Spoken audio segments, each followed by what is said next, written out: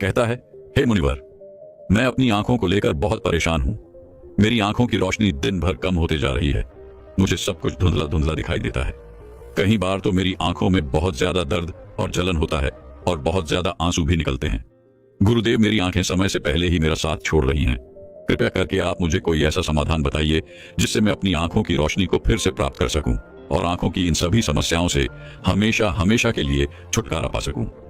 उन गुरु ने उस युवक की सभी समस्याओं को ध्यान से सुना और फिर कहा कि बेटा, हमारे आयुर्वेद में आंखों से संबंधित एक पूरा उपनिषद लिखा गया है जिसे चक्षु उपनिषद कहा जाता है।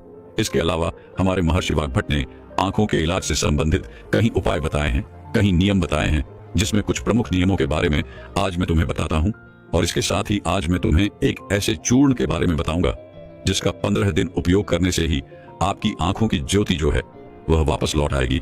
और साथ में ही इन नियमों का पालन करने से सिर्फ कुछ ही हफ्तों में आपके आंखों की रोशनी में एक आश्चर्यचकित परिवर्तन होगा।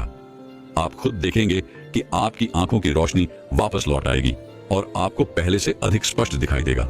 और अगर तुम लंबे समय तक इस चूर्ण का उपयोग करते हो और इन नियमों का पालन करते हो तो तुम्हारी आंखों की सभी समस्याएं, सभी बीमारियां जड़ से खत्म हो जाएंगी और तुम्हारी आंखें हमेशा के लिए स्वस्थ और दृष्टिकोण बनी रहेगी। फिर गुरु उस युवक से कहते हैं कि बेटा, सबसे पहले इन नियमों के बारे में जानते हैं। इसके बाद मैं तुम्हें उस चूर्ण के बारे में, उस चूर्ण की विधि के बारे में बताऊंगा और यह भी बताऊंगा कि तुम्हें उसे किस तरह से प्रयोग करना है। फिर गुरु उस युवक से कहते हैं कि बेटा, अब तुम्हें नियमों को ध्यान से सुनो। आंखों के उपचार के लिए आयुर्वेद का पहला नियम है, सुबह उठते ही बिना कुल्ला किए अपने मुंह की लार को आंखों पर लगाना है। तुम जैसे ही सुबह बिस्तर से उठते हो तो बिस्तर पर बैठे हुए ही अपने मुंह की लार को अपनी उंगली में लो और उसे अपनी आंखों की कोर में काजल की तरह लगाओ। यह बहुत ही रामबाण इलाज है। आंखों की सभी समस्याओं का असल में हमारी लार में वह सभी तत्व पाए जाते हैं जो मिट्टी में होते हैं, और जब हम मुंह की लार को आंखों में लगाते हैं तो वह सभी पोषक तत्व हमारी आंखों को मिलने लगते हैं जो इसे स्वस्थ बनाए रखने के लिए बहुत जरूरी है। आंखों को हमेशा स्वस्थ बनाए रखने के लिए आयुर्वेद का दूसरा नियम है, मुंह में पानी भरकर आंखों में धीरे धीरे छींटे मारना। तुम जब रोज सुबह अपनी आंखों को धोते हो तो उसे ऐसे ही मत धो, बल्कि उससे पहले अपने मुंह में पानी भरो, फिर अपनी आंखों पर कम से कम 20 छींटे मारो। छींटे इतनी तेजी से न मारो कि आपकी आंखों में दर्द होने लगे, वह लाल हो जाए। हमें बस इतनी तेजी से छींटे मारने हैं ताकि पानी आपकी आंखों के अंदर चला जाए। जब आप आंखों में छींटे मारते हैं तो अंदर की छोटी से छोटी गंदगी भी पानी के साथ भरकर निकल जाती है और आंखें साफ हो जाती हैं। और मुंह में पानी भरने का कारण यह है कि जब हम आंखों में छींटे मारते हैं तो आंखों का कचरा जो है वह मुंह के रास्ते से न जाकर सीधे आंखों से ही पानी के साथ बाहर निकल आए, क्योंकि आंखों की कई बीमारियां सिर्फ आंखों में धूल मिट्टी जाने के कारण या कचरा जाने के कारण पैदा होती है। और जब यह सब कचरा साफ होगा तो हमारी आंखें भी स्वस्थ होंगी। फिर गुरु उस युवक को तीसरा नियम बताते हुए कहते हैं कि बेटा, सूर्य देव को देखना है। हर दिन लगभग 5 मिनट के लिए सूर्य देव को देखना है, लेकिन दोपहर में या तेज धूप में नहीं, सिर्फ उगने से 1 घंटे के अंदर अंदर या फिर सूर्यास्त होने के 1 घंटे पहले। सबसे ज्यादा अच्छा तो यह होगा कि तुम सूर्य देव के उगने या अस्त होने के समय उनके दर्शन करो, और जब जरूरत महसूस हो तो पलके झपका भी सकते हो। शुरू में इसे 1 मिनट के साथ शुरू करो और धीरे धीरे इसे 5 मिनट तक लेकर जाओ। सूर्य दर्शन के समय सूर्य की किरणें हमारी आंखों में अवशोषित होती हैं और हमारी आंखों को ठीक करती हैं। अंत में अपनी दोनों हथेलियों को रगड़कर उसे अपनी आंखों के ऊपर रख लो, लेकिन इस बात का ध्यान रखना कि आपको अपनी आंखों के ऊपर रखना है, उन्हें दबाना नहीं है। ऐसा करने से आंखों को आराम मिलता है। चक्षु अपने शक में सूर्य देव को आंखों का भेद कहा गया है। फिर गुरु उस युवक को अगला नियम बताते हुए कहते हैं कि आंखों का व्यायाम करो। आप इसे किसी भी समय कर सकते हैं, लेकिन सुबह और सोने के पहले करने से यह ज्यादा फायदा देता है। इसके लिए सबसे पहले तो अपनी आंखों को 10 बार ऊपर नीचे करो, 10 बार ऊपर करो और 10 बार नीचे करो। जितना हो सके उतना ऊपर करो और जितना हो सके उतना ही नीचे लो। लेकिन इस बात का ध्यान रखना है कि आंखों के साथ सर नहीं घूमना चाहिए। सर स्थिर होना चाहिए, सिर्फ और सिर्फ आपकी आंखें घूमनी चाहिए। आंखों को ऊपर नीचे करने के बाद आंखों को 10 बार बाईं ओर और 10 बार दाईं ओर लेकर जाओ। इसके बाद 10 बार आंखों को ऊपर कोने की ओर और 10 बार आंखों को निचले कोने की ओर लेकर जाओ। इसके बाद आंखों को गोल गोल घुमाते हुए एक वृत्ताकार आकृति बनाने का प्रयास करो। आंखों को 10 बार दाहिनी ओर गोल गोल घुमाएं और 10 बार बाएं ओर गोल गोल घुमाएं। फिर सबसे जरूरी व्यायाम, अपने हाथ के अंगूठे को अपनी दोनों आंखों के बीच में रखो और अपने नाखून के हिस्से को देखो और बिना ध्यान हटाए धीरे धीरे अपने अंगूठे को दूर लेकर जाओ। इस दौरान आपका पूरा ध्यान अंगूठे के नाखून पर होना चाहिए। जैसे ही अंगूठा दूर जाए तो सारा ध्यान अंगूठे से हटाकर उसके पीछे वाली चीज पर लगाओ। फिर वापस अंगूठे के नाखून पर ध्यान केंद्रित करो और फिर उसे धीरे धीरे अपने नाक के पास लो। इस प्रक्रिया को तुम्हें 10 बार दोहराना है और फिर इसके बाद अपने दोनों हथेलियों को रगड़कर अपनी दोनों आंखों को ढक लेना है और आंखों को आराम देना है। दरअसल हमारी आंखों के आसपास बहुत सारी मांसपेशियां होती हैं जो हमारी आंखों को चलाती है, उन्हें नियंत्रित करती है। बिना व्यायाम के यह मांसपेशियां कमजोर पड़ जाती है, लेकिन इस व्यायाम को करने से तुम्हारी आंखों की मांसपेशियां मजबूत होती हैं और वह अपनी कोई भी ताकत दोबारा हासिल कर सकती है।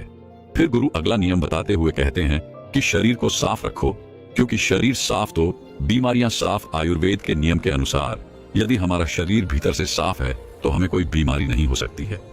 अगर हमारी आंतें साफ है और उनमें कोई भी पुराना भोजन जमा नहीं हुआ है तो हमारा पेट सुबह एक बार में ही साफ हो जाता, हमें कब्ज की समस्या कभी नहीं होती है, तो हमारा हर एक अंग स्वस्थ रहेगा और हमारी आंखें भी स्वस्थ रहेंगी।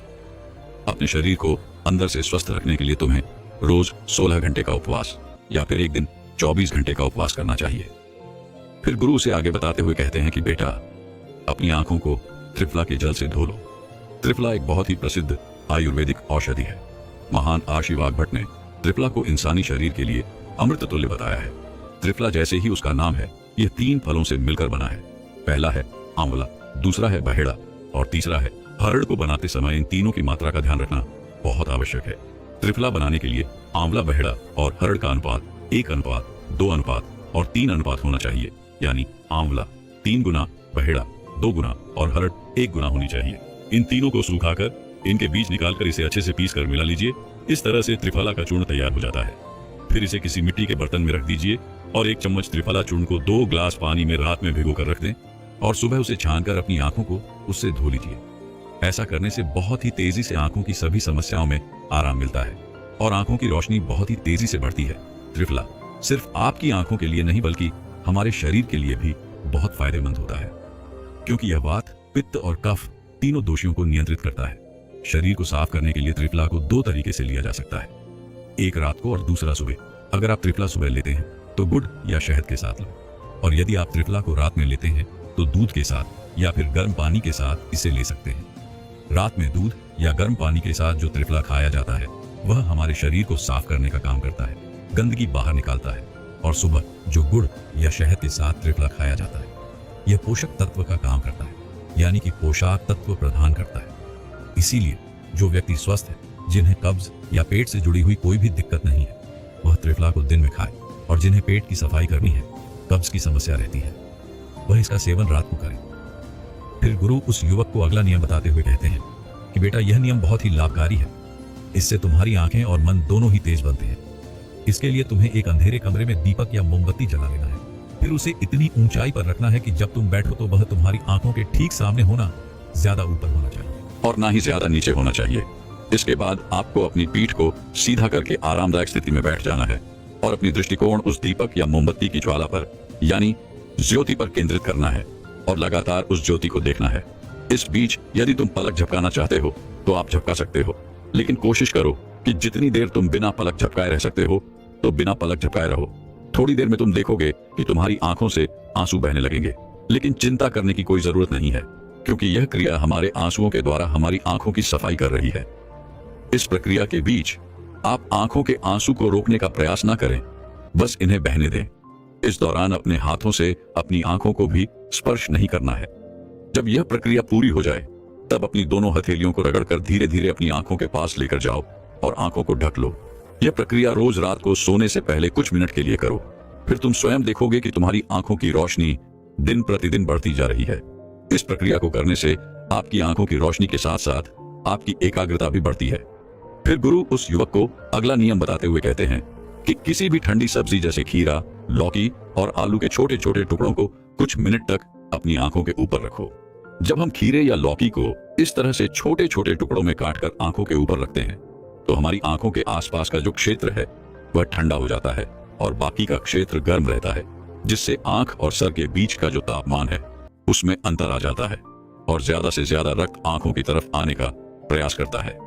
फिर जिस जगह पर रक्त का प्रवाह ज्यादा होता है उस जगह का इलाज खुद ब खुद शुरू हो जाता है। इस प्रक्रिया को आपको हर दिन 10 से 12 मिनट तक जरूर करना है। इससे आपकी आंखों की रोशनी बढ़ेगी और आप ताजगी महसूस करेंगे।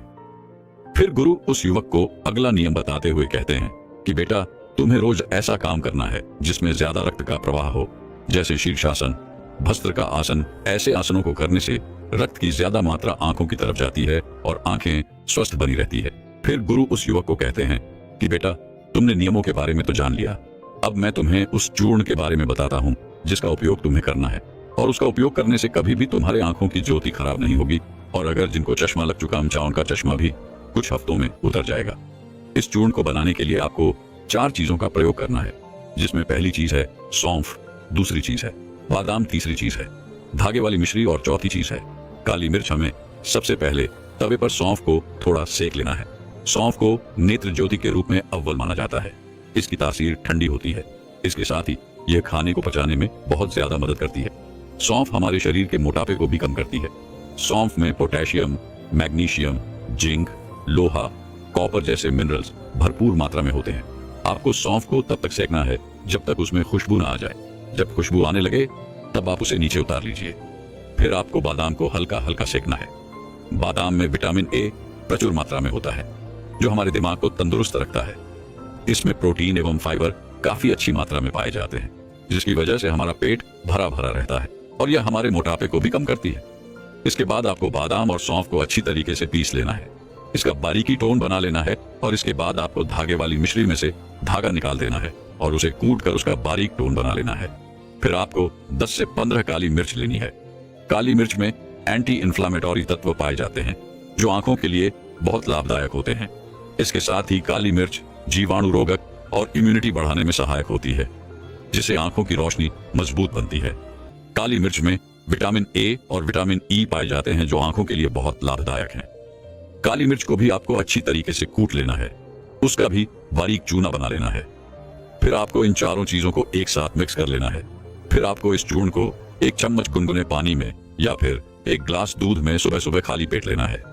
इसको लेने से आपकी आंखें बिल्कुल स्वस्थ रहेगी और साथ ही साथ आपका पेट भी बिल्कुल साफ होगा। आप अच्छी तरह से फ्रेश हो पाएंगे। इससे आपको अच्छी नींद आएगी और आपकी आंखों की रोशनी और दिमाग तेज होगा। और यह चारों चीजें जो हैं वह आपको अपने घर में ही उपलब्ध हो जाएंगी। फिर गुरु उस युवक से कहते हैं कि बेटा, आज के समय में आंखों को स्वस्थ रखने के लिए जो सबसे ज्यादा जरूरी है वह है अपनी स्क्रीन टाइम को कम करना। आजकल लोग सुबह उठते ही सबसे पहले अपने फोन के मैसेज को देखते हैं और फिर पूरे दिन यहाँ तक कि देर रात तक मोबाइल या लैपटॉप को यूज करते हैं। और इन लैपटॉप, फोन, टीवी से निकलने वाली लाइट हमारी आंखों के लिए बहुत नुकसानदायक होती है। इसीलिए आप एक ऐसा रूटीन बनाएं जिसमें आप रात में 8 या 9 बजे के बाद किसी भी तरह की स्क्रीन को नहीं देखेंगे। ऐसा करने से आपकी आंखों को तो आराम मिलेगा ही, साथ ही साथ आपकी नींद जो है वह गहरी हो पाएगी और अगले दिन आपका रोना महसूस करेंगे। और अगर आपका काम देर रात तक लैपटॉप पर है तो आप हर कुछ देर में ब्रेक लो, आंखों को बंद करो और उन्हें आराम दो। इसके अलावा आप अपने खाने में विटामिन ए और विटामिन सी को शामिल करो, जैसे गाजर, संतरा, चक्र इत्यादि। ये सब आपकी आंखों को स्वस्थ रखने के लिए अहम भूमिका निभाते हैं। एक बार एक आयुर्वेदिक गुरु जी के पास एक लड़का आता है और वह उन गुरु से कहता है कि हे गुरुवर, मेरा पाचन तंत्र सही नहीं रहता है। मैं जो कुछ भी खाता हूँ वह मुझे हजम नहीं होता है। इसकी वजह से मुझे गैस की समस्या बनी रहती है। मुझे ऐसे लगता है कि जैसे मेरा पेट तो भरा भरा रहता है। पेट भरा भरा महसूस होने के कारण मुझे भूख भी बहुत कम लगती है। मेरे चेहरे पर दाग धब्बे रहते हैं। मुझे कब्ज की समस्या रहती है और मेरा पेट खुलकर साफ भी नहीं हो पाता है। भी मुझे कोई आराम नहीं मिला। इसीलिए गुरुदेव, आप मेरी समस्या का हल मुझे बताएं। इसके बाद गुरु उस लड़के को कहते हैं कि जो भी तुमने मुझे अपनी समस्या बताई है वह सब तुम्हारे खाने के न पचने के कारण हुई है। इसलिए तुम ये समझो कि तुम्हें अपने खाने को पचाने के लिए करना क्या होगा और वह क्या उपाय हैं जो तुम्हें करने होंगे ताकि तुम्हारा पाचन तंत्र जो है वह मजबूत बन सके। और मैं तुम्हें आज 5 ऐसी आयुर्वेदिक औषधियां भी बताऊंगा जिनका उपयोग करने से तुम्हारा पाचन तंत्र मजबूत हो जाएगा और तुम्हारे खाने का कण कण पचेगा। फिर वह गुरु उस लड़के से कहते हैं कि सबसे पहले तुम ये समझ लो कि पाचन तंत्र में खराबी होने का सबसे बड़ा कारण जो है वह है पेट की सड़न। जब तुम्हारे पेट में खाना जाता है और वह ठीक से नहीं पचता है तो फिर वह सड़ता है। और आपके पेट की समस्याओं का सबसे बड़ा कारण भी यही है। जब खाना पेट में जाकर पचने की जगह सड़ता है तो इससे ही आपको गैस की समस्या एसिडिटी, भारीपन की समस्या होती है और आपको भूख लगना कम हो जाती है। इसके बाद गुरुजी कहते हैं कि अब सवाल यह उठता है कि आखिर खाना पचने की जगह क्यों जाता है। तो इसका कारण है आपकी मंदाग्नि। देखो, ध्यान से सुनो बेटा, आपके पेट में एक अग्नि होती है जिसे जठराग्नि कहते हैं। जब आपका खाना पेट में जाता है तो यह अग्नि उस खाने को पचाने का काम करती है। जब यह अग्नि धीमी हो जाती है तो आपका खाना पचने की जगह सड़ता रहता है। अब यह अग्नि जो है वह मंद क्यों होती है, तो इसको समझने के लिए आपको आयुर्वेद के 4 नियमों को समझ लेना बहुत जरूरी है। अगर इन 4 नियम के हिसाब से आप अपनी जीवन शैली और अपने खान पान में परिवर्तन कर लेते हैं तो आपके पाचन की समस्याओं में से 90% समस्याओं का हल तो हो ही जाएगा। चाहे फिर आपको कॉन्स्टिपेशन की समस्या हो, लूज मोशन की समस्या हो या फिर कोई भी पेट से संबंधित विकार हो। वह गुरु उस लड़के को पहला नियम बताते हुए कहते हैं, अशुभ आहार। हमारे आयुर्वेद में कहा गया है कि आप भोजन को पकने के 3 घंटे के अंदर अंदर उसे खा लें और ज्यादा से ज्यादा आप 5 घंटे के अंदर उसे खा लें। लेकिन अगर भोजन को पकाए हुए 5 घंटे से ज्यादा हो गया है तो आप उस भोजन को न खाएं, क्योंकि ऐसा भोजन जठराग्नि पर दबाव डालता है जिसको पचाना थोड़ा सा मुश्किल हो जाता है। और आप बाजार से डिब्बा बंद चीजें लेकर आते हैं, उनको खाते हैं। वह चीजें तो कहीं महीनों और कहीं साल पुरानी होती है और आप उन्हें बड़े मजे से खाते हैं। 3 से 5 घंटे के बाद का खाना खाना भी हानिकारक होता है। वह खाना भी खाने के लायक नहीं होता है और आप 1 साल पुरानी, 2 साल पुरानी चीजें जो डिब्बों में बंद होती हैं उन्हें बड़े चाव से खाते हैं। क्या वह चीजें आपके शरीर पर गलत प्रभाव नहीं डालती है? डिब्बा बंद चीजों में केमिकल डाले जाते हैं। वह केमिकल इन चीजों की वैधता तो बढ़ा देते हैं लेकिन आपके स्वास्थ्य पर बहुत बुरा असर डालते हैं।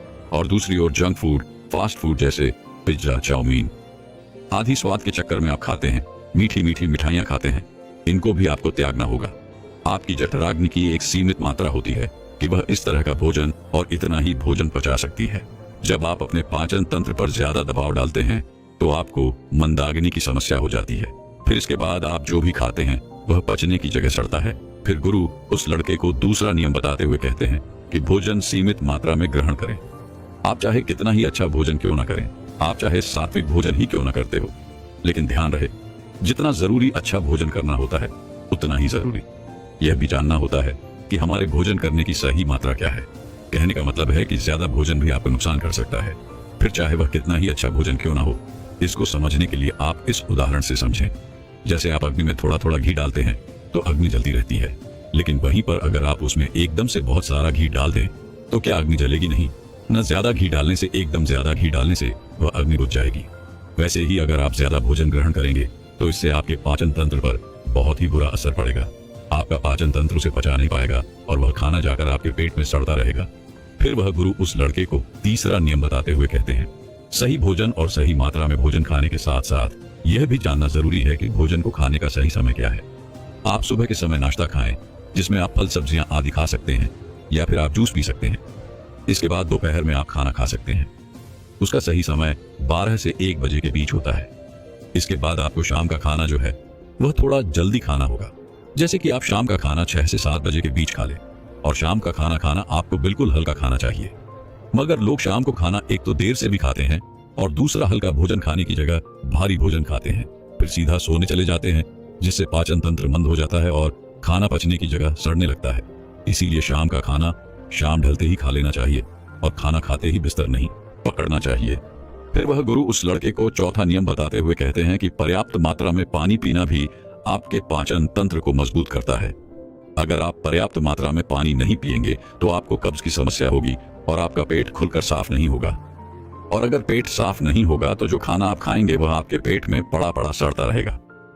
पानी आपके खाने को गला आता है, जिससे खाने को पचाने में आसानी होती है और आपका पाचन तंत्र मजबूत बनता है। वह गुरु उस लड़के को कहते हैं कि बेटा, इसके अलावा भी बहुत सारे ऐसे कारण हैं जो आपके पाचन तंत्र को कमजोर बनाते हैं, जैसे कि ज्यादा चिंता करना, धूम्रपान करना और खराब जीवन शैली। अगर आप इन चीजों पर ध्यान देंगे और अपनी आदतों को सुधारें तो आपका पाचन तंत्र जो है वह स्वतः ही सही हो जाएगा। फिर वह गुरु उस लड़के को कहते हैं कि इन आदतों और नियमों के अलावा अगर आप कुछ आयुर्वेदिक औषधियां भी लेते हैं तो आप अपने पाचन तंत्र को बहुत ही बेहतर बना पाएंगे और फिर उसके बाद आप जो भी खाएंगे वह आपको सब पच जाएगा। फिर इसके बाद गुरुजी उस लड़के को पहली औषधि के बारे में बताते हुए कहते हैं कि सबसे पहली औषधि है त्रिफला चूर्ण। आपके पाचन तंत्र के लिए त्रिफला से अच्छा कुछ भी नहीं है, यह सबसे बढ़िया औषधि है। त्रिफला पाचन शक्ति बढ़ाने और मेटाबॉलिज्म में सुधार करने का एक प्रभावी नुस्खा है। दरअसल त्रिफला 3 आयुर्वेदिक हर्ब्स का एक अद्भुत मिश्रण है। इसे बनाने के लिए आंवला, हरड़ और बहेड़ा का प्रयोग किया जाता है। तीनों ही जड़ी बूटियों में रोचक गुण होते हैं। यह मलत्याग को बढ़ावा देने में मदद करती है, साथ ही कब्ज से छुटकारा भी दिलवाती है। त्रिफला शरीर के तीनों दोष, वात, पित्त और कफ के संतुलन को बनाए रखने में आपकी मदद करता है। यह अंत में अच्छे बैक्टीरिया को बढ़ाता है, साथ ही टॉक्सिन्स को नष्ट करता है, जिससे डाइजेशन में सुधार होता है। नियमित त्रिफला का सेवन करने से पाचन संबंधी समस्याओं से बचाव और उनमें छुटकारा पाने में मदद मिलती है। आप रात में सोने से पहले गर्म पानी के साथ त्रिफला का सेवन कर सकते हैं। इसके लिए बस आपको 1 चम्मच त्रिफला अपनी जीभ पर रखना है, फिर गुनगुने पानी के साथ इसे निगल जाना है। आप चाहें तो दूध के साथ इसका सेवन कर सकते हैं। इसके अलावा आप रात में सोने से पहले 1 गिलास पानी में 1 चम्मच त्रिफला पाउडर मिलाकर ढककर छोड़ सकते हैं और सुबह खाली पेट इसका सेवन कर सकते हैं। यह भी पाचन को दुरुस्त रखने में आपकी मदद करेगा। फिर गुरु उस लड़के को दूसरी औषधि के बारे में बताते हुए कहते हैं कि वह है हिंग वॉश्ड। यह एक पॉली हर्बल आयुर्वेदिक औषधि है, जिसका उपयोग पाचन विकारों के इलाज के लिए किया जाता है। यही काली मिर्च, अदरक, जीरा, अजवाइन और हिमालय नमक से मिलकर बना होता है। ये मलत्याग, पेट फूलना, अपच और कब्ज जैसी स्थितियों को प्रबंधित करने में मदद करता है। ये पेट में जलन पैदा किए बिना पाचन में मदद करता है। आयुर्वेद के अनुसार हिंग वॉश में दीपक यानी कि भूख बढ़ाने वाला और पाचन यानी पाचन गुण होते हैं, जो भोजन को पचाने में मदद करते हैं। अपच और पेट फूलने से राहत दिलाते हैं। ये गुण भूख न लगने की समस्याओं में भी मदद करते हैं। हिंग में वात संतुलन गुण भी होता है, जो पेट को नियंत्रित करने में मदद करता है। इसका भी प्रयोग आपको खाना खाने के 45 मिनट के बाद पानी या दूध में किया जा सकता है। फिर गुरु उस लड़के को तीसरी औषधि के बारे में बताते हुए कहते हैं एलोवेरा। एलोवेरा का नाम किसी भी स्किन या फिर हेयर प्रॉब्लम के लिए सुझाया जाता है, लेकिन यह पेट की समस्याओं के लिए भी इसी तरह कारगर साबित होता है। एलोवेरा का जूस पेट की परेशानियों से भी राहत दिलाता है। इसमें मौजूद एंजाइम पाचन क्रिया को बेहतर बनाते हैं और पोषक तत्वों के अवशोषण में भी मदद करते हैं। इसी तरह एलोवेरा पेट के इन्फेक्शन की वजह बनने वाले बैक्टीरिया और परजीवियों से भी सुरक्षा प्रदान करता है, जिससे स्टमक इन्फेक्शन होने से बचाव होता है। कॉन्स्टिपेशन और एसिड रिफ्लक्स जैसी पेट से जुड़ी समस्याओं से बचाने में भी एलोवेरा का जूस बहुत ही फायदेमंद है। इसके अलावा यह इम्यून सिस्टम को मजबूत बनाने और मेटाबॉलिज्म को बढ़ाने में भी मदद करता है। इसके बाद गुरुजी उस लड़के को चौथी चीज बताते हुए कहते हैं कि आप ऐसी समस्या में हर्बल चाय का इस्तेमाल भी कर सकते हैं। ये चाय उबाले जाने वाली जड़ी बूटियों के मिश्रण से बनती है, जिनमें अनेकों और सदियां मिलाई जाती हैं। ये पाचन तंत्र को मजबूत करने के लिए बनाई जाती है। इसमें पुदीना, जो पाचन तंत्र की मांसपेशियों को आराम करने की क्षमता रखते हैं और ब्लोटिंग को कम करने में मदद करता है। इसमें अदरक, जो एंटी इन्फ्लेमेटरी गुणों से भरपूर होता है, पाचन को प्रोत्साहित करने में मदद करता है और उपस्थित गैस और ब्लोटिंग को कम करने में सहायता प्रदान करता है। इसमें धनिया, जिसमें गारमेंट गुण होते हैं, वह भी पाचन को सहायता प्रदान करता है और मलाशय को शांत कर सकता है। इसी तरह कई अन्य जड़ी बूटियां होती हैं जो आपके पाचन तंत्र को मजबूत कर सकती हैं। आप इन सभी के मिश्रण से हेर्बल चाय बना सकते हैं, जो आपके पाचन तंत्र को मजबूत बनाने में आपकी सहायता करेगी। ध्यान रखें, इस तरह की चाय में आपको चीनी नहीं डालनी है। आप चाहे तो थोड़ा सा शहद इसमें डाल सकते हैं और जिनको डायबिटीज है वह इस चाय को फीकी ही पिए। इसके बाद गुरु उस लड़के को 5वीं और अंतिम औषधि बताते हुए कहते हैं अजवाइन पाचन तंत्र ठीक ना होने की वजह से लोगों में गैस की प्रॉब्लम देखी जा सकती है। अजवाइन का पानी गैस की दिक्कत को भी कम करता है और पेट फूलने की समस्या में भी आराम देता है। इसके साथ ही अजवाइन जो है वह पेट में एंटर में भी राहत देता है। इसके पानी में कुछ विशेष एंजाइम पाए जाते हैं जो आंतों की सफाई करते हैं और इससे भोजन के पोषक तत्वों के अवशोषण में मदद मिलती है। अजवाइन का पानी तेजी से वजन को घटाता है और मेटाबॉलिज्म को दुरुस्त रखता है। अगर आपका कोलेस्ट्रॉल लेवल बढ़ता रहता है या फिर घटता रहता है तो यह उसे भी कंट्रोल करता है। इसके बाद वह गुरु उस लड़के से कहते हैं कि बेटा, आप इन 5 औषधियों में से कोई भी एक औषधि इस्तेमाल कर सकते हैं और आप अपने जीवन शैली में जो मैंने तुम्हें नियम बताए उनका अनुसरण करके तुम अपने पाचन तंत्र को बहुत ही जल्दी मजबूत बना सकते हैं। राजा ने स्पष्ट किया कि जब दीक्षा लेनी ही है और संन्यास्त होना ही है तो मुझे आपका सभी शर्तें मंजूर है। और फिर तथागत बुद्ध ने आदेश दिया और कहा, अपने कपड़े उतारो, अपने जूते उतारो और नग्न हो जाओ। और इसी नग्न अवस्था में अपने राज्य के राजमार्गों पर स्वयं को जूते मारते हुए चक्कर लगाकर आओ। राजा असमंजस में पड़ गया। तथागत बुद्ध यह क्या कह रहे हैं? मैं एक राजा हूं, इस तरह से मैं नग्न होऊंगा और नग्न होकर अपनी ही सड़कों पर कैसे खुद को जूते मारते हुए चक्कर लगाऊं? लेकिन फिर भी राजा को संन्यास्त होना था। तो उन्होंने भगवान बुद्ध की शर्तें मान ली और वह वैसा ही करने के लिए निकल पड़ा। राजा ने वैसा ही किया। वह नग्न होकर स्वयं को जूते मारते हुए राज्य की सड़कों पर दौड़ने लगा और यहाँ उसके चले जाने पर शिष्य ने बुद्ध से कहा कि बनते, जब हम आपसे दीक्षा लेने आए थे तब आपने तो ऐसी कठोर शर्त नहीं लगाई थी। आप तो स्वयं करुणा अवतार हैं, फिर आपने राजा के साथ ऐसा कठोर व्यवहार क्यों किया? तब भगवान बुद्ध बोले, जब तुम लोग संन्यास लेने आए थे तब तुम्हारे अहंकार बहुत बड़े नहीं थे, इसीलिए तुम लोगों से घर घर भिक्षा न करवा के ही काम बन गया। यह तो एक बड़े राजा है, इसका अहंकार भी बहुत बड़ा है, इसलिए जितना बड़ा रोग उतनी बड़ी दवाई, इसलिए महारोग की दवाई भी अधिक शक्तिशाली होती है। किसी कारणवश मैंने इनका परीक्षा भी इतना कठिन किया है। राजा जब इस दशा में अपनी ही प्रजा के सामने से गुजरेगा तो उसका अहंकार चूर चूर हो चुका होगा। राजा ने शाम तक शर्त पूरी कर ली और बुद्ध के चरणों में आकर गिर गया और फिर बोला, तथागत, अब तो मुझे आप दीक्षा देकर मुझे संन्यास्त करें। भगवान बुद्ध ने राजा के सिर पर मुकुट रखा और कहा कि अब तुम्हें संन्यास लेने की जरूरत ही नहीं है, जाओ और कर्ता भाव छोड़कर साक्षी भाव से राज करो। अब तो तुम राजस्व हो चुके हो, अब तुम राजस्व हो। देखिए दोस्तों, किस तरह से भगवान बुद्ध ने एक राजा को उपदेश दिया और राजा का जीवन धन्य हो गया। दोस्तों, ये छोटे से उपदेश से आपको क्या ज्ञान प्राप्त हुआ, कमेंट में हमें जरूर बताइएगा। चलिए अब जानते हैं स्वास्थ्य से संबंधित बहुत ही महत्वपूर्ण जानकारी। क्या आप जानते हैं कि यह हमारा शरीर किससे बना है? ये सबसे पहले जानना बहुत जरूरी है। और हमारे शरीर में कौन से 3 दोष पाए जाते हैं? हमारा शरीर 5 तत्वों से बना है और हमारे शरीर में 3 दोष पाए जाते हैं, वात दोष, पित्त दोष और कफ दोष। इसे जानना जरूरी है क्योंकि यह हर एक बीमारी का कारण होता है, क्योंकि हर एक बीमारी जड़ यही 3 दोष है, इसीलिए जानना जरूरी होता है।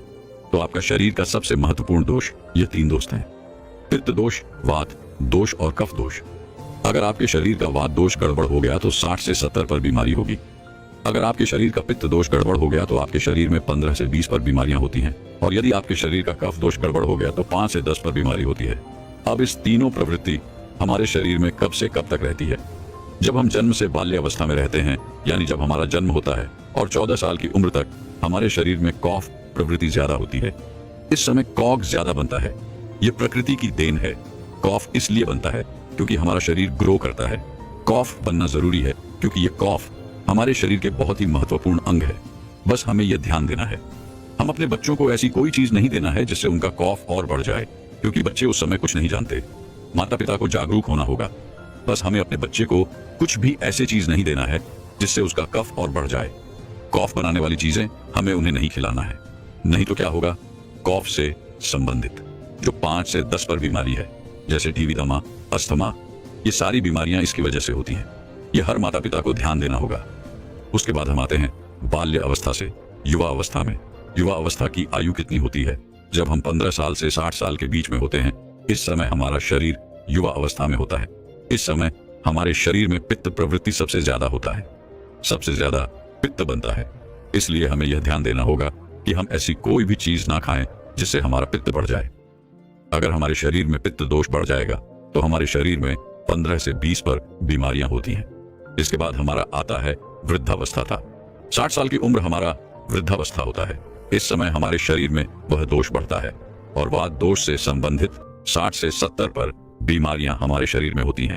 तो आपको ऐसी कोई चीज नहीं खाना है जिससे वात दोष बढ़े। तो दोस्तों, यह आप समझ गए कि आपके शरीर में 3 दोष का क्या रोल है।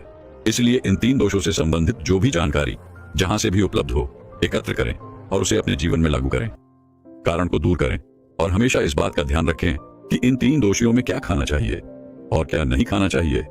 इस दोषियों को बढ़ाने वाली चीजें कभी ना खाएं। अब आप इन तीनों दोषियों के बारे में जान गए हैं, तो अब जान लें कि आपका शरीर 5 तत्वों से कैसे बना है। आपका शरीर 5 तत्वों से बना है और इन 5 तत्वों में प्रोटीन्स, विटामिन्स, सारे तत्व आते हैं। अब इस 5 तत्वों में और 3 दोषों में जो भी कमी आती है तभी आपका शरीर बीमार होता है, अन्यथा आपका शरीर बीमार नहीं होता। अब आप समझ गए आपका शरीर बीमार होने का क्या कारण है। जैसे कुछ लोग रोते हैं, भगवान ने हमें ये कष्ट दे दिया, भगवान ने हमें ये बीमारी दे दिया, हमें गैस्ट्रिक अल्सर हो गया, हमें थायराइड, ब्लड प्रेशर, शुगर हो गया।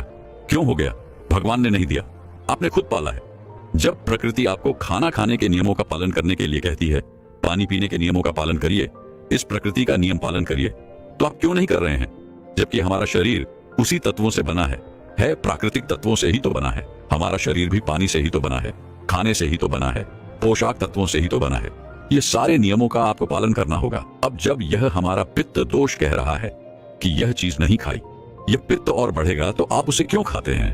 पिज्जा बर्गर आप क्यों खाते हैं? चाय आप क्यों पीते हैं? चीनी आप क्यों खाते हैं? मैदा आप क्यों खाते हैं? जब आप ये सारी चीजें खा रहे हैं तो आपके पेट में एसिडिटी बनेगा, आपका पाचन तंत्र बीमार पड़ेगा। तो जब आपका पाचन तंत्र बीमार होगा तो अनेक बीमारियां आपको आएगी।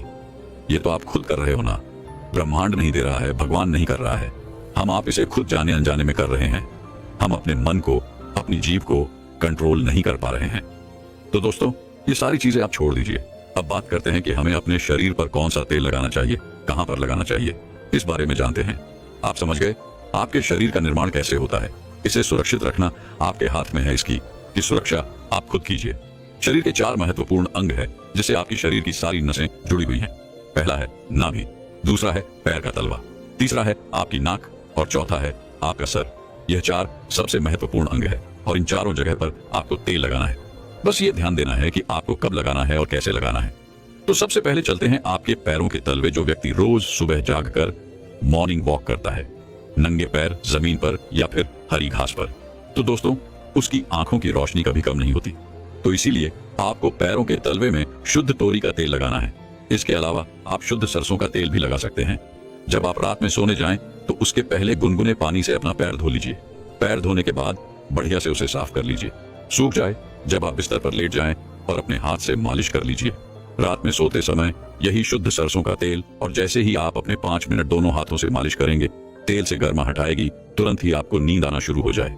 अगर आप नींद का टैबलेट लेते हैं, अगर आप डिप्रेशन में हैं, नींद नहीं आ रहा है, तो यह दूसरे दिन से ही बंद हो जाएगा। आपको नींद की टैबलेट की जरूरत ही नहीं पड़ेगी। आपका पागलपन दूर हो जाएगा।